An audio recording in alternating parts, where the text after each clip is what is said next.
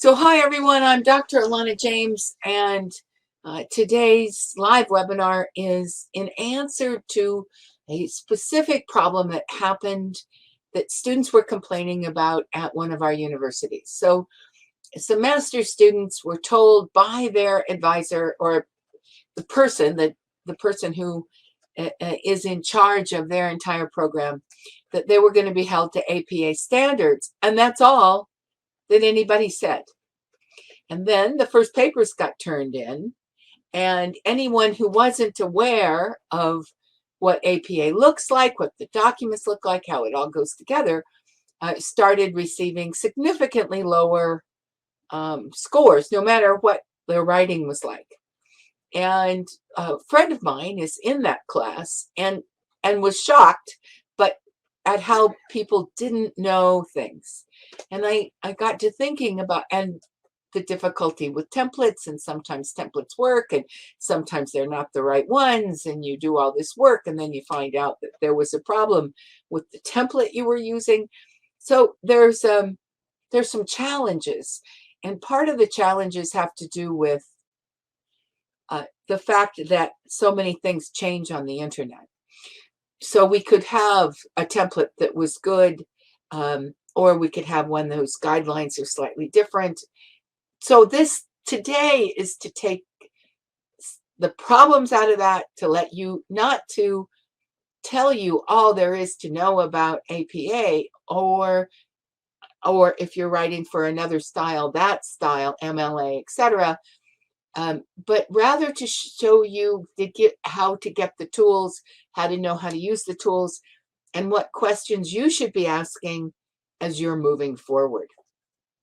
Especially critical before you have this sorted, before you actually start writing a final doctoral dissertation, because those documents, 200 pages to go back and get all the formatting right, is a royal pain, and we want to help you avoid that. So I hope that sounds interesting. Our agenda is to first discuss styles and guidelines in general, then some specific stuff about templates and some abstracts. And just to say, you are going to want these slides because they have all the links that you need. So you can use them to go back to. This was the intention of this video, was for you to be able to go back and later on find the things you need. Because as a writer, I don't remember this stuff. Every time I write, I have to reimagine these things before I actually start on my documents. So let's talk about styles and guidelines. Harvard is the primary style in Europe. APA is the primary style for research in the United States. Conferences, publications, MLA is also used, and there may be some variations on these themes. So that's the first thing you need to know, is that your university has said, you are this, you have to write to this style. But what they mean specifically about those styles can vary, especially if you're in Europe and you're talking about Harvard, because Harvard does not have the same rigidness of what has to go in every place that APA has. MLA is pretty close to APA, and just in general terms of difficulty.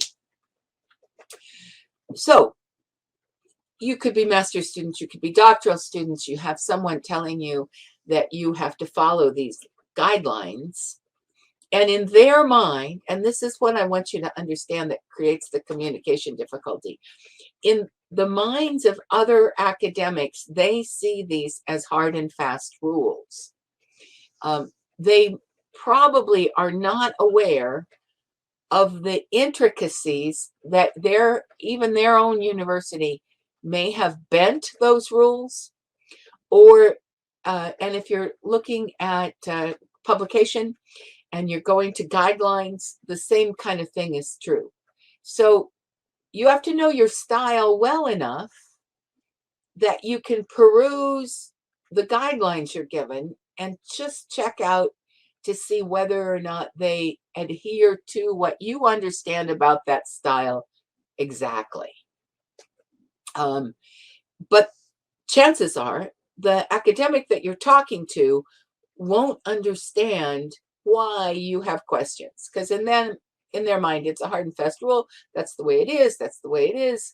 And in fact, in the wider world, it has much more variation than they may be aware of. So in order to avoid that frustration, you need to do just a little research. On your university websites, are there, and in your program, are there any publications that are guidelines for the particular style you are going to write under? And I'm just going to talk about APA because it's just easier than to mention them all. But that's the first thing, is many universities have guidelines. And if you look at them all, 1 to 1 to 1, you're going to see that those guidelines vary. It's complex. Whoever's making up the template that you are using may or may not be up on all the little tiny specifics. So if they tell you it's as per the style manual, then that's actually better. And it's smart for you to take a class in that style if they offer one. We have some things in pd.education that talk about the styles, so you can go look them up in our professional development. And if I highly recommend you own one of the books, so that you can, when you're writing and it's the middle of the night and you've got your research done and you think, oh, should it be this or this? You can go to the book that you have put your favorite tabs on and look it up. All right, so let's just do some overview. There are common rules, and probably the ones at the end game of graduate work that are going to drive you the most nuts are the reference styles. And when they upgrade, like recently, well, not recently, but a few years back, from APA 6 to 7, it was the reference styles that primarily are the ones that change. And why do they change? They change because the kind of references we quote has changed dramatically in the last decade. So what do we do with online? Wasn't an issue. What's a DOI? Wasn't an issue. So as those things come into libraries and the way they sort things out changes, then there's a pressure on the people who do the styles that they have to keep up with the time. So it's the reference styles that primarily at the end of your dissertation are going to cause you the challenge. But these students that I was talking about, they were having problems with the basic common rules, such as Times New Roman is the font you use. 12-point, double spaced, 5-space indentation, hanging indents. That means you start, the first line starts at the margin, and the second line is the one that is indented 5. So hanging indents for your references. Line spacing, double spaced. Running head, that's the way at the top there's a page number on the far right hand side, and then there's all caps, and it's a shortened version of your title, and then how your title page is laid out. Now, where do all those things come from? They come from 100 years ago, as a lot of things academics live with do. They come from 100 years ago, and they have to do with how things were typed out, and then you would submit something to a publisher. They would take off your title page so your name wasn't on it. And that's why you had to have a running head at the top, so that all the pages went together, because they were actually copying and sending out all of these pages to everybody, and they were flipping them and keeping them in order, and all that kind of thing became a necessity. In those previous times, those things that made a whole lot of sense prior to PDFs and everything going together as easily as we have it now.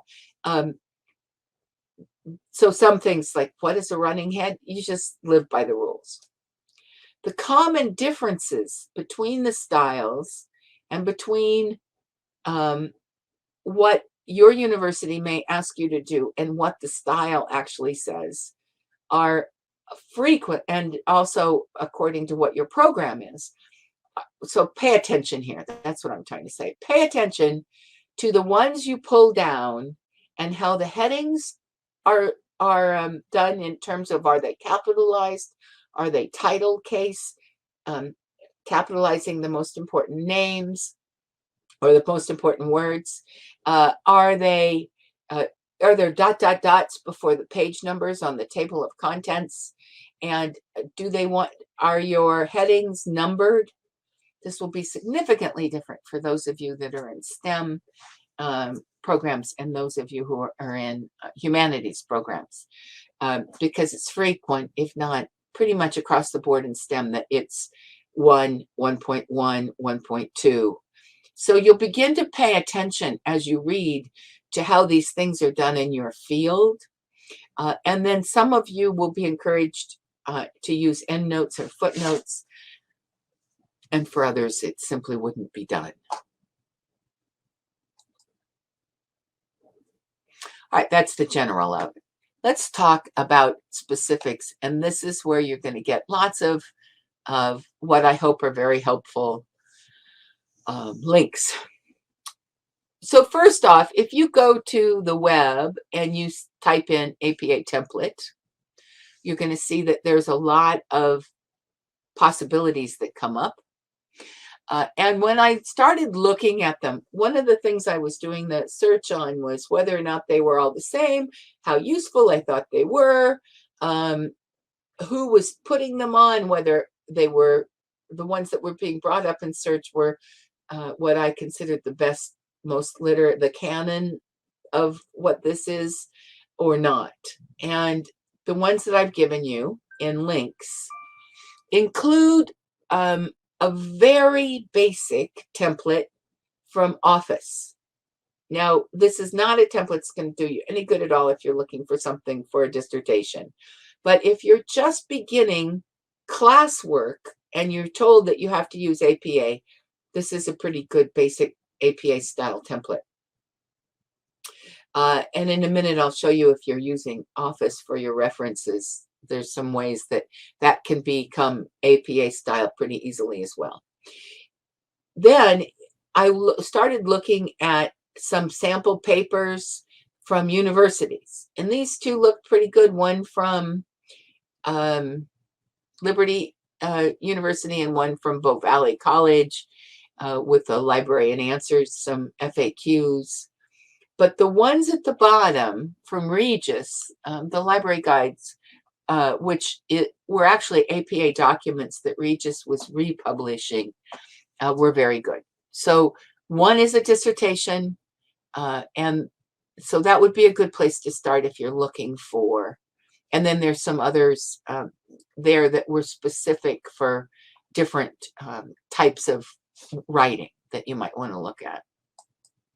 So first off, first thing you have to do is you have to find them.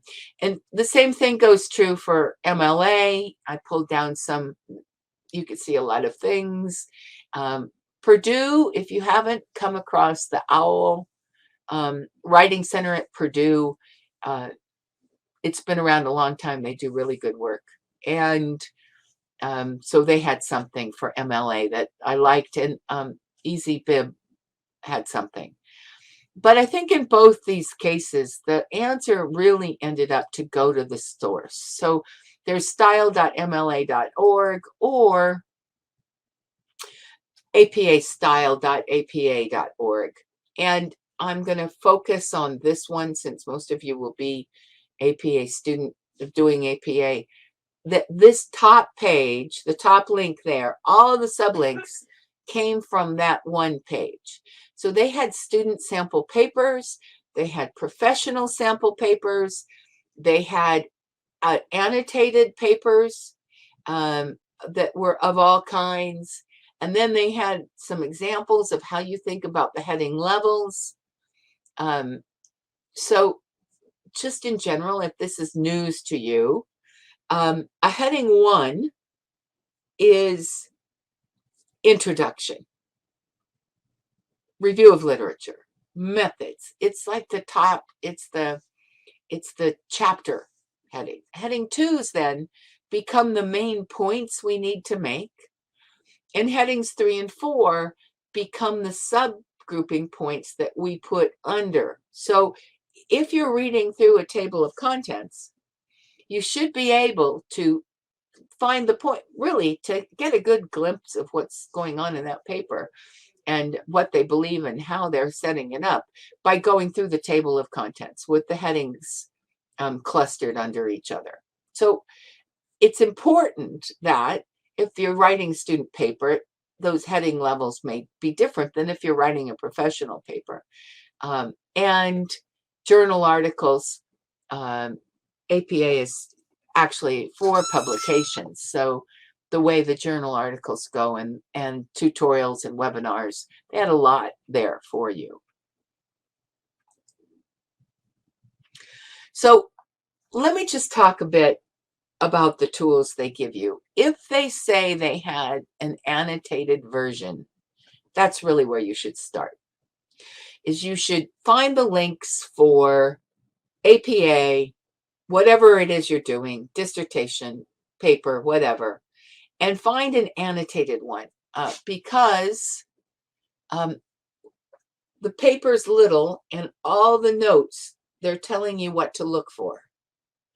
So it's a useful document to have if you're writing, just to have a few pages, and the annotations will also be in your style manual. That way, when you're formatting a paper, you can double check. Or is it supposed to be all caps? Is it supposed to be bold? Is it supposed to be flush left or indented? And there's a crazy one, I think it's heading 4, where you underline it and you put a period at the end. And that Microsoft Word has a few challenges with that one. All right, so then let's talk about challenges. Hopefully, I'm just going to say, let me stop there for a minute. For the people in the room, am I on track? Are you tracking? Because I've given you a lot of things to think about. And if anybody's brand new to this, I may be talking Greek by this point. So if you would, in the public chat, say, is it okay? Or did you have a question about this that I should stop right here and get an answer to before I go on to reference software and how to use it when you're merging it with your APA. So waiting for a few chats to come through. All good, thanks. Okay. Reference software. I'm going to use EndNote as an example, but because they were probably the first that did this, but they had something called Cite While You Write. Thank you. And so you have your reference software off to the side, and you put in your author's name and all the information, and you're typing along, and you put in your cursor, and you go to your reference software, and you tell it which one goes there, and it puts the citation in, and it starts to build your reference list. At some point, that feels like magic. But there's some huge challenges with it that if you haven't run into, you will. Reference software works because it has code that adds to Microsoft Word to get it to work properly.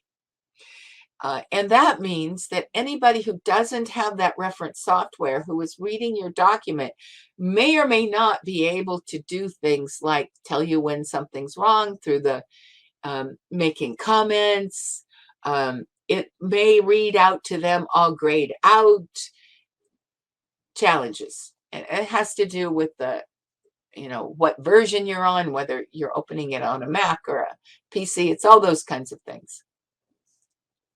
So my recommendation is that if you have some kind of reference software that is going to build your reference list for you, great. Build your reference list on a separate document from what you're writing.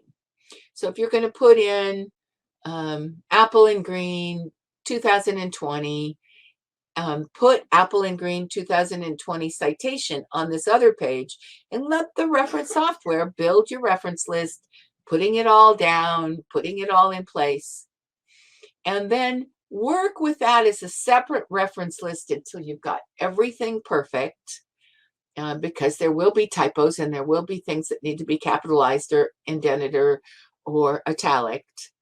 And then when it's perfect, copy and paste it all the way in just plain Microsoft Word. And that will avoid the kinds of challenges that people will have. So if in your guidelines you see them say don't use reference software, that's what they're talking about, is they want you to avoid that challenge. And the way to avoid it is to do it separately and then bring it in. Now, I don't know how many academics actually do this, but Microsoft Word does have a way to work with references. It does have a database built in, and certainly for any of you who are master's students, it might be perfectly adequate. But if you're master's students thinking you're going to go on to your doctorate, get your bibliography software under control now, because it will be your biggest tool as you go through the rest of your academic career. But just in case somebody's using a Word for references, there is this place where you can check on the reference tab and you can tell it that you're going to use APA, and it will change what it needs to change in order for you to do that. And I thought that was, it's coming up in the world that way. Okay, so here we are. We have opened up our annotated documents, and you have also opened up a template. And the template, so the first thing you do is you're going to check the template against the annotated document. So if the annotated document says all caps for the title, you make it sure it's all caps. That's what I mean by checking. You go through what a table of contents looks like, and you do that. Now, how to make sure that Microsoft, so probably if you have opened up this document in a template, it should be in Microsoft Word in a way that you can save it, and all of those style modifications will stay in place.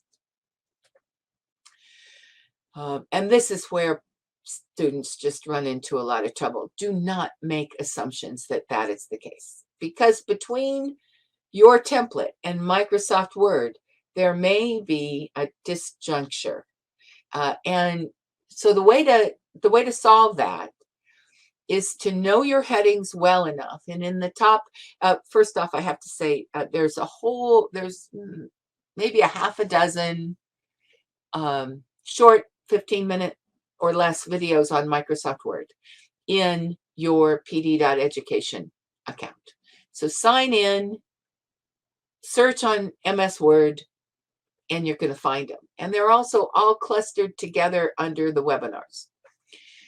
And they will take you through setting up MS Word so that its style and headings and font and everything work with your style. And they'll also talk to you about how to use a navigation pane and how you get your headings in order and all of those kind of specific things. So if this is that, if you really want to work through how to make MS Word easy for academics, those tools are there for you.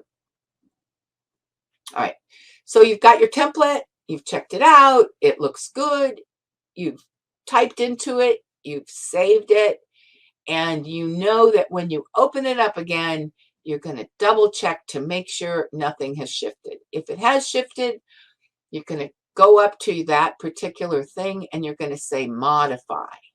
So top of Word, there's these boxes. Click on the one, heading 1, and hit modify, and then put it in the way it is. And it gets to be, as someone who's written books and done a lot of writing in my career, it gets to be just kind of like, okay, this is something I do. Because every time there's a change in the program, every time these small things shift. So we're not actually responsible to have to know everything there is, but we are responsible to have to know what generally we work for. Okay. All right. So that should get you through that, and the links I've given you should get you through the challenges you face when you're first setting up a document. Now let's jump to the end. You've gotten it all written. This is for research. And now it's time to write that abstract. So there's some things you should know, because this specifically was told to me by a couple of graduate deans as the thing that they see students do wrong prior to PhD graduation at their university. So this is an important factor to keep in mind. Okay, so first off, the rules for abstracts change too. And the rules for abstracts change, and the person who's reading your dissertation at the end might not be as aware of some of these things as they need to be. But the general rule is almost 100%. They don't want to see an abstract that's longer than 1 page double-spaced. That's somewhere between 250 and 400 words. Your university probably gives you a word limit there, but the one I looked at was 250. I had thought it was more like 400, so it's going to be somewhere in that range. So what do you have to say in those 400 words? 400 words is not very much. 250 is even less.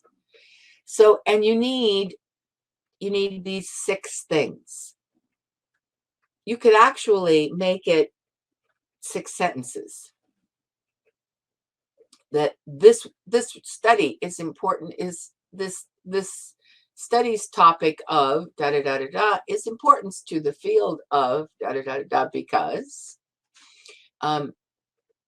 previous to this, literature in the field has said a few things, and thereby implying that the study was important. This study was conducted doing this, whatever your methods were, resulting in these pieces of information. And these findings were significant because, and the implications to the field are. That's what your abstract needs to say. It needs, and here's the thing I want you all to keep in mind. When you're required to write an abstract, it might be later on the only thing anybody ever reads of your work, because they're going to be scrolling for their own purposes. They're going to come to a database. The database is going to spit out your work, and they're going to read through that abstract to see if you are doing something that fits their needs well enough that they should pull it down. And I've given you a link that tells you much more about abstracts. But here's what was interesting to me. So if you go to the STEM fields, if you go to National Institute of Health or medicine or anything, that they're going to say that there are different kinds of abstracts, and that each one has its own rules and its own length and its own set of content. And this particular document that I've given you the link to discusses also what to avoid. So some of you may be just beginning your master's work and you felt needed to have all the information about how to use, where to find and how to use templates and the rules. And some of you may be very close to the end and you're here because you want to bone up on those things, but you're also ready to write an abstract. I hope then that the slides give you everything that you need to keep coming back to. And then finally, and again, because of the people that I was talking about that were having so much trouble in the master's class, the other thing that was coming up was they may have been using a plagiarism software that was kicking out that they were perhaps under the, had done something that could be considered plagiarism. That could be challenges with the software, as we all know. But it also could be challenges because people only have in their minds the grossest idea about what plagiarism is. Generally, we think if the sentence said, all dogs are blue, and I write, all dogs are blue in my work, then I absolutely need to cite that.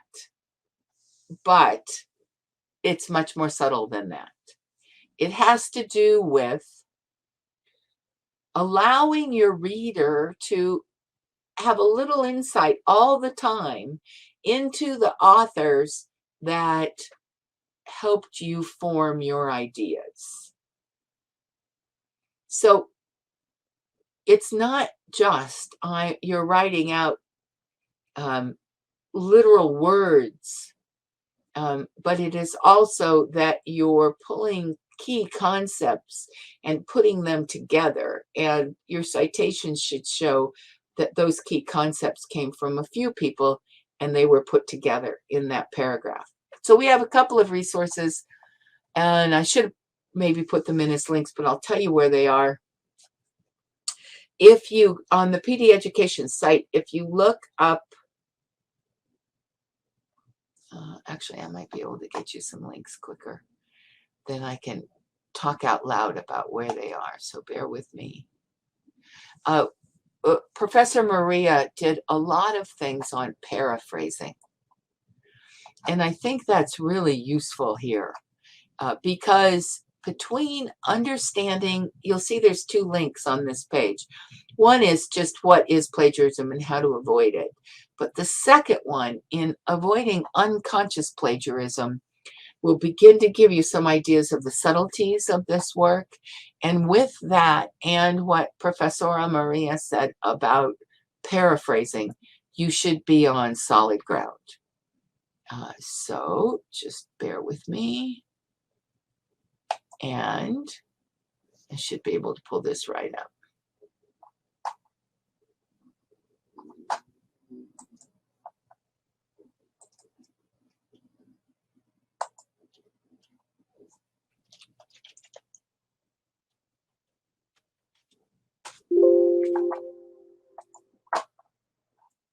Don't you hate it? You're sure you have it? Yep, there it is. Paraphrasing, how to do it. And this is the link. I'll put it in the chat.